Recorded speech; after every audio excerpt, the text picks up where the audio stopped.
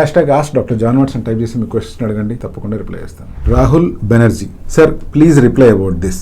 If I have an accidental fight with somebody and my hair are pulled away, what should I do?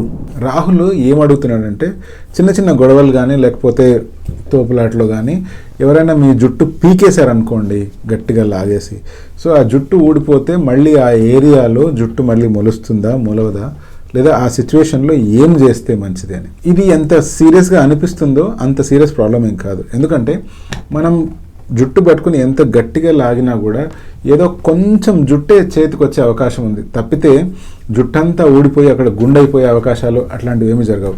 In fact మరీ గట్టిగా లాగితే ఆ ఏరియాలో skin tear అయిపోయే chance ఉంది, అది ఇంకా సీరియస్ ప్రాబ్లం అవ్వచ్చు. బట్ అదర్వైజ్ యూజువల్గా జుట్టు పట్టుకొని లాగినప్పుడు హెయిర్ లాస్ ఏదైతే అవుతుందో అది ఆ రూట్ నుంచి రాలిపోయినా కూడా స్కాల్ప్ మీద ఉండే స్టెమ్ సెల్స్ వల్ల ఆ ఏరియాలో జుట్టు మళ్ళీ మొత్తం పెరుగుతుంది.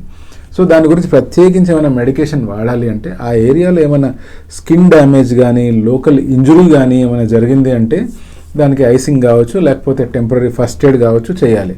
తప్పితే ప్రత్యేకించి హెయిర్ గ్రోత్ కోసం ఎటువంటి మెడికేషన్ అవసరం లేకుండానే అక్కడ హెయిర్ గ్రో అవుతాయి. ఎందుకైనా మంచిది గొడవ చేసుకుంటే చేసుకున్నారు, జుట్టు మాత్రం పీక్కోవద్దండి.